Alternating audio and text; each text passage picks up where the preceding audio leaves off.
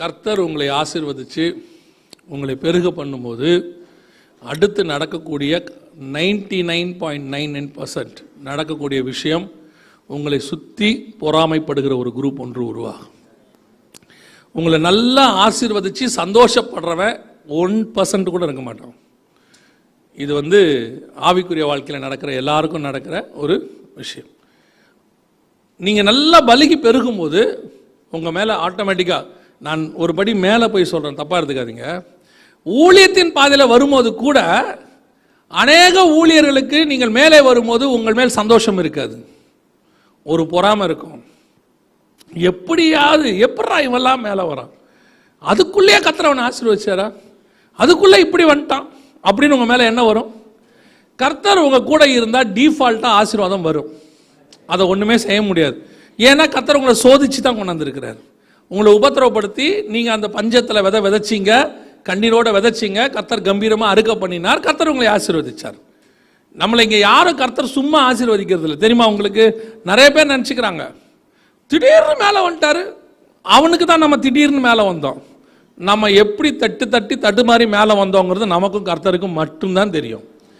நம்ம சொந்தக்காரங்களாம் பார்க்கும்போது நான் அடிக்கடி சொல்லுவேன், வெளிநாட்டில் நம்ம இருக்கிறோன்னாலே கேட்கும் போது லட்சமாக தான் கேட்பான், ஒரு 2 lakhs அனுப்ப முடியுமா? ஏன்னா நம்ம இங்கே பாலைவனத்தில் தோண்டி நோட்டு தானே எடுத்துக்கிட்டு இருக்கோம். நம்ம வெளிநாட்டில் வேலை செய்யும் போது நம்மளை பார்க்கும் போதே அவனுக்கு எப்படி தோணும், அவருக்கு என்னப்பா வெளிநாட்டில் வேலை செய்கிறார், வந்து பாருப்பா. பல நேரத்தில் நானும் வெளிநாட்டில் ஒர்க் பண்ணியிருக்கிறேன். யூகேல இருக்கும்போது ஃபஸ்ட்டு ஒரு 2-3 மாதம் கஷ்டம். ஏன்னா உங்களுக்கு நல்ல ஏஜென்ட் மாட்டியிருப்பாங்கன்னு நினைக்கிறேன், இல்லை இல்லையா? ஒரு சிலருக்குலாம் அப்படி மாட்டுவாங்க. அப்போது முதல்ல ஒரு மாதம் 1.5 மாதத்துக்கு அங்கே வேலையும் இல்லை. இங்கேருந்து ஃபோன் பண்ணுறவன் எல்லாம், அப்புறம் இடம் வாங்கியாச்சா? அவன் கேட்கும் போதே அவன் சந்தோஷத்தில் கேட்குறானா, இல்லை அதுக்குள்ளேயே வாங்கிட்டானோ அப்படின்றது ஒரு குரூப், பொறாமைப்படுகிற குரூப் ஒன்று தானாக உருவாகும். அது எல்லா இடத்துலையும் இருக்கும், வேலை ஸ்தலத்துலேயும் இருக்கும், வீட்லேயும் இருக்கும், சொந்தக்காரங்களில் இருக்கும், ஏன் சொந்த அக்கா தங்கச்சி கூட இருக்க வாய்ப்பு இருக்கிறது. அவன் கேட்கும் போதே நம்ம புரிஞ்சுக்கலாம், ஃபோனே சுடும் நமக்கு, அப்படியே அவன் வயிற்றுல அனல் காற்று காதில் அடிக்கும் நமக்கு, அந்த மாதிரி கேட்பான். அப்புறம் நல்ல சம்பளமாமே, நம்ம வெயிலில் காயறது நமக்கு தான் தெரியும். சில நேரத்தில் அந்த மலேசியாவுக்கு வேலைக்கு போயிருப்பாங்க, அவங்களெல்லாம் பார்த்தா உண்மையிலேயே பாவமாக இருக்கும். 20 மணி நேரம் வேலை செய்கிறவங்களாம் இருக்காங்க, 20 hours. நைட்டு 12 மணிக்கு படுப்பாங்க, திருப்பி காலை 4 மணிக்கு எந்திரிச்சு வேலைக்கு வந்துடுவாங்க. அவன் வாங்கிட்டு வந்த கடன் பாவம், அவன் அப்படி வேலை செஞ்சால் தான் அந்த கடனை அடைக்க முடியும். இவன் ரொம்ப கூலாக ஃபோன் பண்ணி, மாப்பிள்ள ஒரு 20,000 அனுப்ப முடியுமா, கொஞ்சம் அர்ஜென்ட்டாக தேவைப்படுது. அடுத்து சொல்லுவான், வரும்போது நல்ல ஒரு செல்ஃபோன் ஒன்று வாங்கிட்டு வா. அவனே உடஞ்ச ஃபோனை வச்சுக்கிட்டு அவன் சுற்றிட்டு இருப்பான். வெளிநாட்டில் நம்ம இருக்கிறோன்னாலே நம்ம மேலே அவனுக்கு என்ன வந்துடுது, நீங்களும் போகும்போது சும்மா போகிறது இல்லை,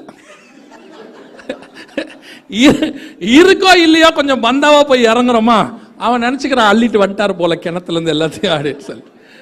பல நேரங்களில் நம்ம மேலே என்ன உருவாகுது, பொறாமை. இது எங்கே இருக்குன்னா கர்த்தர் சொன்ன தேசத்தில் தான் இருக்குது. கர்த்தர் உங்களை வச்ச இடத்துல எல்லாருமே நல்லவங்கன்னு அர்த்தம் கிடையாது. உங்களை கர்த்தர் வச்சிருக்கிற இடத்துல உங்களை சுற்றி கொஞ்சம் பொறாமைப்படுகிறவர்கள் இருக்கத்தான் செய்வார்கள். நீங்கள் நினைக்கிற மாதிரி அது புறஜாதியாராக மட்டும் இருக்க மாட்டான், சொந்த ஜனமாகவும் இருக்கும். அது நிறைய நேரத்தில் அப்படி நடக்கும். அது வேற வழியே இல்லை, டிஃபால்ட். எல்லாருக்கும் அப்படி உண்டு, அத்தனை பேருக்கும். ஆபிரகாமுக்கும் அப்படி இருந்துச்சு, ஈசாக்குக்கும் அப்படி இருந்துச்சு. யாக்கோபு நல்லா அவன் பாடுன்னு ஆடு மேய்ச்சிக்கிட்டு இருக்கான், லாபான் வீட்டில் உட்காந்துருக்கான். இவன் ஆடு நல்லா குட்டி போடுதுன்னு அவனுக்கு எவ்வளோ டென்ஷனாக வரான் பாருங்க. மேய்க்கிறவன் ஆடு தானே குட்டி போடும், இதை பார்த்தோன்னா அவனுக்கு என்ன வந்துருச்சு, டென்ஷன் ஆகுது. அவன் பசங்க வரைக்கும் டென்ஷன் ஆகுறான், அத்தனை பேருக்கும். இது யூஷுவல். தானியேல ஆண்டவர் கொஞ்சம் வெளிப்பாடுகளை கொடுத்தவொடனே, ராஜா ஆசீர்வதிச்ச உடனே அவனை சுற்றி இருக்கிறவன அவன் மேலே என்ன ஆயிட்டான், பொறாமை கொண்டு கெபியில தூக்கி போடுன்ற அளவுக்கு கொண்டாந்துட்டான் பாருங்க. இதுதான் இன்னைக்கு இருக்கிற உலகம். உங்களை சுற்றி எல்லாம் நார்மலாக இருக்கும் என்று அர்த்தம் இல்லை. எனக்கு தெரிஞ்சு, நான் இப்படி சொல்றேன் தப்பா எடுத்துக்காதீங்க, எனக்கு தெரிஞ்சு உன் தேவனாகிய கர்த்தர் ஒருவரே உன்னை சுற்றி இருக்கிற நல்லவர். அவர் கொடுத்திருக்கிற 1-2 பேர் இருப்பாங்க, ஒரு நண்பர்களோ ஒரு யாரோ ஒருத்தர் இருப்பாங்க. அவர்களை தவிர நீங்க நல்லா இருக்கணும்னு நினைக்கிறவன் நிறைய பேர் இல்லை. எசேக்கியா ராஜா மாதிரி நம்ம என்ன பண்ணுவோம் தெரியுமா, நம்பி போய் இறங்கின உடனே பெட்டியை பிரிச்சுருவோம்.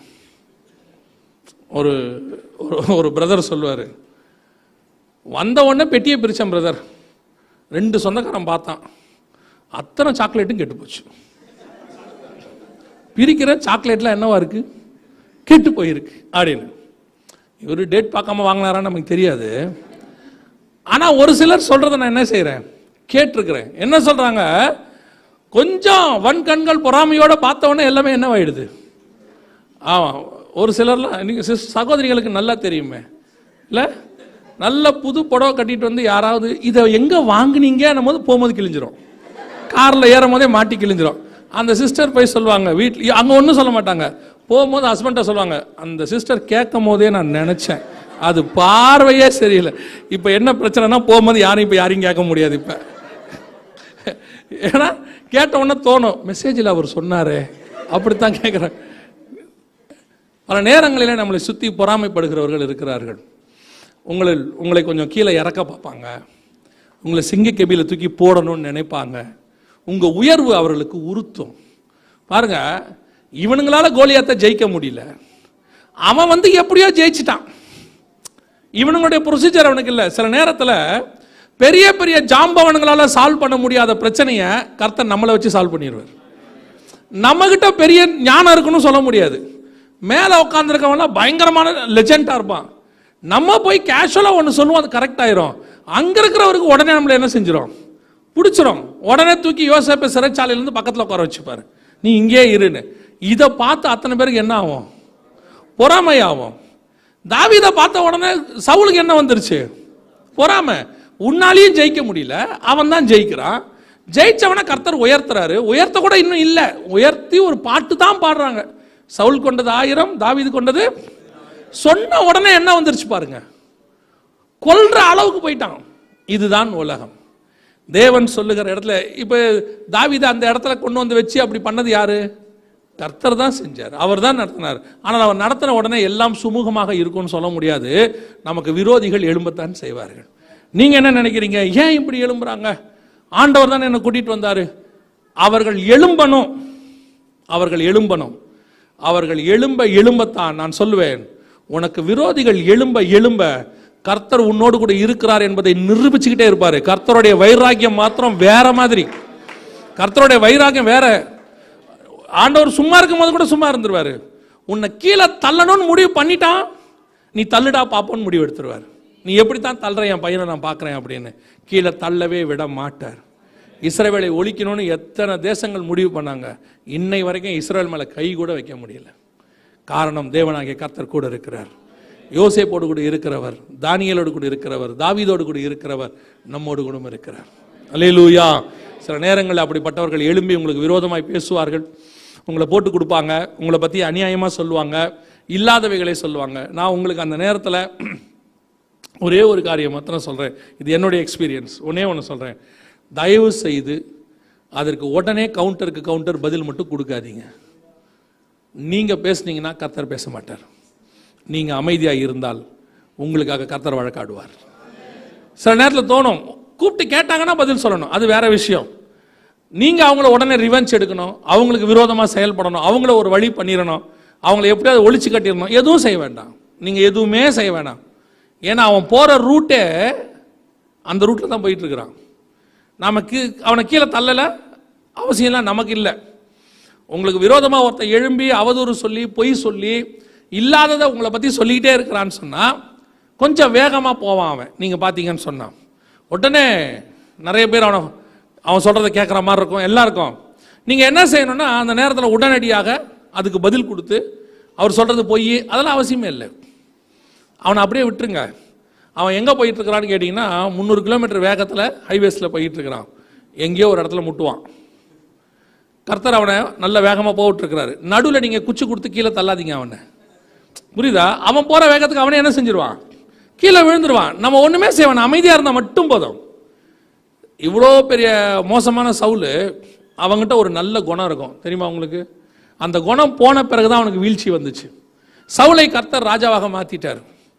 ராஜாவாக்கின உடனே சாமுவேல் சொல்றாரு, இவர் தான் உங்கள் ராஜா. சொன்ன உடனே ஒரு கூட்டம் சொல்லுது, இவனா நம்மை ரட்சிக்கிறவன், இவனா எங்களுக்கு ராஜா அப்படின்னு கேவலமாக பேசின உடனே வசனம் தெளிவாக சொல்லுது, சவுல் காது கேளாதவனை போல இருந்தான். அதை பத்தி அவன் என்ன செய்யலையா, கண்டுக்கவே இல்லையா. அவன் பாட்டுன்னு கர்த்தர் சொன்னதை செஞ்சுக்கிட்டே இருந்தான். எவெல்லாம் இவன் ராஜாவான்னு கேட்டானோ அவன் திருப்பி வந்து இவனையே ராஜான்னு ஏற்றுக்கொள்ளும்படி கர்த்தர் செஞ்சிட்டார். நீங்க திருப்பி திருப்பி கவுண்டர் கொடுக்காதீங்க, அமைதியா மட்டும் இருங்க, உங்களையா கர்த்தர் வழக்காடுவார்.